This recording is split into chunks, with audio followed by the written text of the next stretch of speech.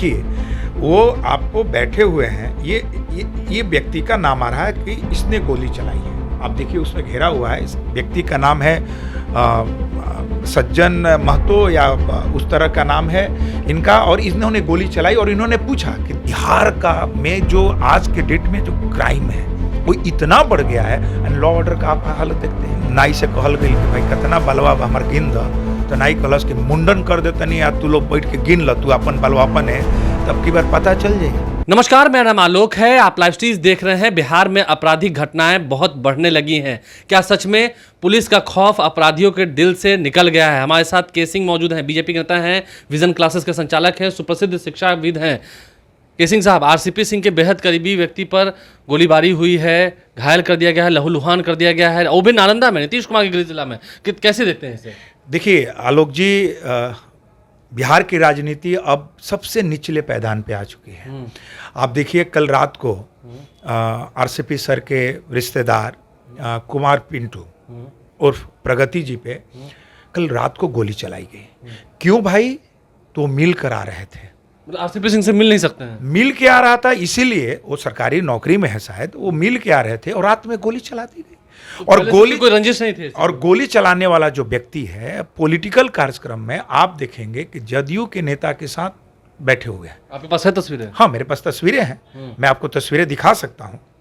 आप देखिए, वो आपको बैठे हुए हैं, ये व्यक्ति का नाम आ रहा है कि इसने गोली चलाई है। आप देखिए उसमें घेरा हुआ है, इस व्यक्ति का नाम है सज्जन महतो या उस तरह का नाम है इनका, और इन्होंने गोली चलाई और इन्होंने पूछा कि तुम बार बार जाते हो, कहाँ से आए हो? उसने कहा कि आरसीपी सर से मिल के आए हैं, और उसने गोली चला दी।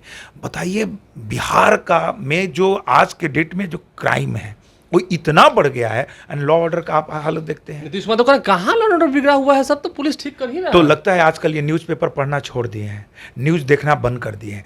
कोई भी ऐसा जिला नहीं है जिसमें कहीं ना कहीं हर वीक में कहीं ना कहीं गोलीबारी होती ही है। बिहार का लॉ एंड ऑर्डर जो है एकदम समाप्त हो चुका है और ईश्वर के भरोसे जा चुका है। नहीं तो अभी तो चुनाव आ रहा है ना, जनता को हिसाब करना है ना। तो हिसाब से कर दी। एक बार तू जान लो, ये लोग जो घूमत तरन लो और गिनत तरन लो कि कितना हमारा जो रे भोटवा आई या कितना हमारे MP आई, तो एक बार नाई से कहल गई कि भाई कितना बलवा हमार गिन द, तो नाई कहलस कि मुंडन कर देते नहीं यार, तू लोग बैठ के गिन ल, तू अपन बलवापन है, तब की बार पता चल जाए। जो यहाँ की जनता है ना, कौन करेंगे? यहाँ की जो जनता है ना, इस बार जो I.N.D.I जो ए है ना, ये डॉट का मतलब आलोक भाई फुल स्टॉप होता है। और आप जान लीजिएगा कि इस बार जो ये जितने डॉट है ना, इसमें से आई एलिमिनेट हो जाएगा और सिर्फ बचेगा NDA। यहाँ की जनता ना मुंडन कर देगी।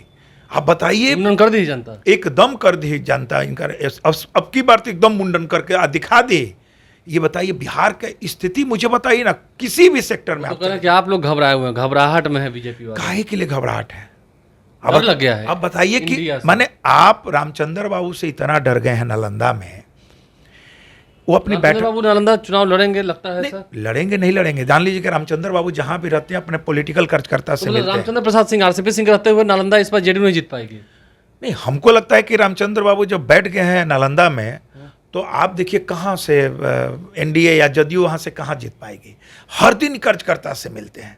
अच्छा, इन दिनों तो क्योंकि और कितने को गोली मरवाएंगे? इतने सिपाही हैं रामचंद्र बाबू को। आपको याद है, मुझे भी डराया गया था, मुझे भी फोन पे धमकी आया था कि गोली मार दी जाएगी। हमने डरा? मैंने नहीं डरा। अभी आप कोचिंग संचालक की एक बात ये भी पूछते हैं, अभी बिहार में IAS के पाठक जिस तरह से काम कर रहे हैं, आपको लगता है कि इतने सालों से आप कोचिंग पढ़ा रहे हैं, अब तो थोड़ा लगाम कसा गया ना? एक बार जान लीजिए, बिहार में सबसे ज्यादा रोजगार कोई दिया है ना, तो कोचिंग इंस्टीट्यूट। पिछले 20 साल में आप कोचिंग इंस्टीट्यूट का जो यहाँ पे डेवलपमेंट है, आप उठा के देखिए क्या है। आप लोग टैक्स पेयर हैं बिहार में? एकदम टैक्स पेयर है। और सबसे बड़ी मैं बात बता रहा हूँ कि भाई मैं कोचिंग कभी भी चलाऊं, दिन में चलाऊं, जब मुझे मर्जी चलाऊं।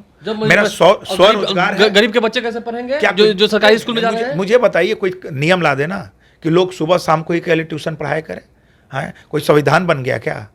हमारे बाबा साहब अम्बेडकर संविधान बना के गए हैं कि पढ़ने पढ़ाने का काम सुबह और शाम में होगा। लेकिन आपके चलते जो गरीब बच्चे स्कूल जा रहे हैं उनकी गरीब पढ़ाई जो है प्रभावित हो रही है ना? कैसे प्रभावित हो रही है मुझे बताइए, कैसे प्रभावित? सरकारी स्कूलों में पढ़ाने वाले टीचर यहाँ नहीं पढ़ाते हैं। कोई भी शिक्षक सरकारी स्कूल में पढ़ाने वाले, मुझे नहीं पता है कि इस स्तर का हम लोग का आप जिस क्या स्तर विजन का क्लास में कोचिंग- पढ़ाते हैं? एक भी सरकारी कॉलेज मेरे स्तर का जितने भी कोचिंग इंस्टीट्यूट में कोई भी सरकारी स्कूल के टीचर नहीं पढ़ाते। और एक बात मैं और बता दूं, ये सुनियोजित तरीका से यहाँ के कोचिंग को डैमेज किया जा रहा है ताकि कुछ बच्चों का जो पलायन है कोटा और दिल्ली की तरफ फिर से शुरुआत हो जाए। नहीं, आईएएस के पाठक तो चाहते हैं कि बिहार में शिक्षा व्यवस्था कैसे? क्वालिटी ऑफ एजुकेशन आप अवेयरनेस लाइए ना, आप बच्चों के बीच जाइए, बच्चों को बताइए ना।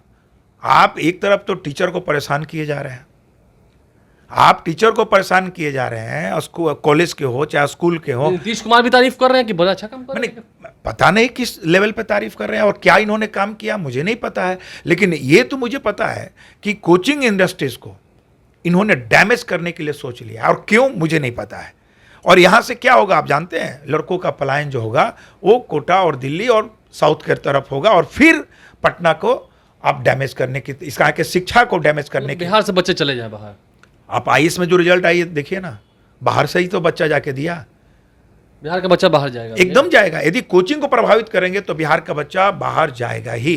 देखिए, बिहार के बच्चे बाहर जाएंगे। और जहां तक बात राजनीति की हो रही है, चुनाव की हो रही है, चुनाव आ रहा है, तैयार है ना बीजेपी की नेता? एकदम आप तैयार हैं मैं तो ना? साफ कहता हूं ना कि देखिए, अभी स्टालिन के बेटा क्या नाम है, दयानिधि, आप देखिए उनका जो बयान आया है, मैं तो कह रहा कि ये जो वो भी वहाँ के मंत्री हैं, स्टालिन के बेटे जो है जो डी जो डाई जो ए है, इसका जो बेसिक जो फंडामेंटल प्रिंसिपल होता है ना, इसका जो फंडामेंटल प्रिंसिपल है वो सिर्फ क्या है भाई, परिवारवाद, तुष्टीकरण और भ्रष्टाचार। विपक्षी एकता है। आप कोई भी पार्टी, इसमें जितने भी पार्टी सम्मिलित है, आप तीनों में उठाइए, आप कश्मीर में उठाइए। आपके क्या बीजेपी में परिवारवाद नहीं है? आप आपके क्या बीजेपी में परिवारवाद नहीं है?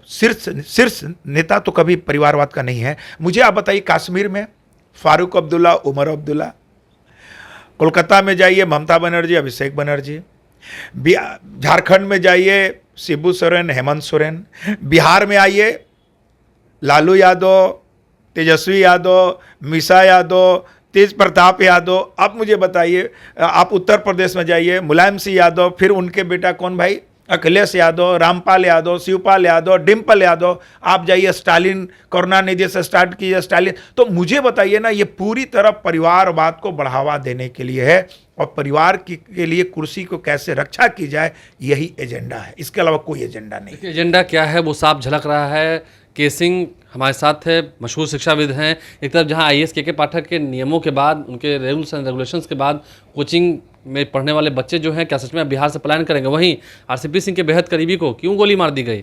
क्या सच में डर लग रहा है जेडीयू को, आरजेडी को, बिहार में जो गठबंधन की सरकार है उसे, या आरसीपी सिंह मजबूती दिखा रहे हैं अपनी नालंदा में? ये देखना होगा, तो आने वाला चुनाव ही बताएगा। हमारे चैनल को सब्सक्राइब कर लें, साथ साथ फेसबुक पेज भी लाइक करें। धन्यवाद।